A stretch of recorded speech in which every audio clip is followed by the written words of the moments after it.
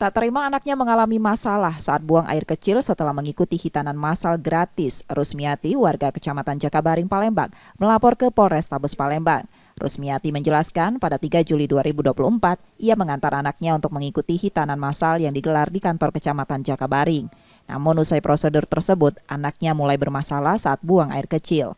Rusmiati sudah membawa anaknya ke dokter dan memberinya obat, tapi kondisinya tetap tidak membaik. Padahal sebelum hitanan, anaknya tidak pernah mengalami masalah. Ya, gagal tuh kencing yang bercabang saya kena ini.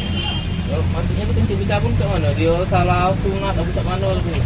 Nah, tidak tahu deh. Pokoknya salah sunat mungkin lah. Untuk bercabang gitu. Dokter minum obat baik kemarin kan. Tapi hilang lah berapa kali hilang. Ini masih ada sikok lagi. Kemarin kan udah bagus banyak 4. Kini laporan Rusmiati telah diterima pihak kepolisian dan ia berharap kasus ini segera diselidiki. Yudi Kiswanto, Kompas TV, Palembang, Sumatera Selatan.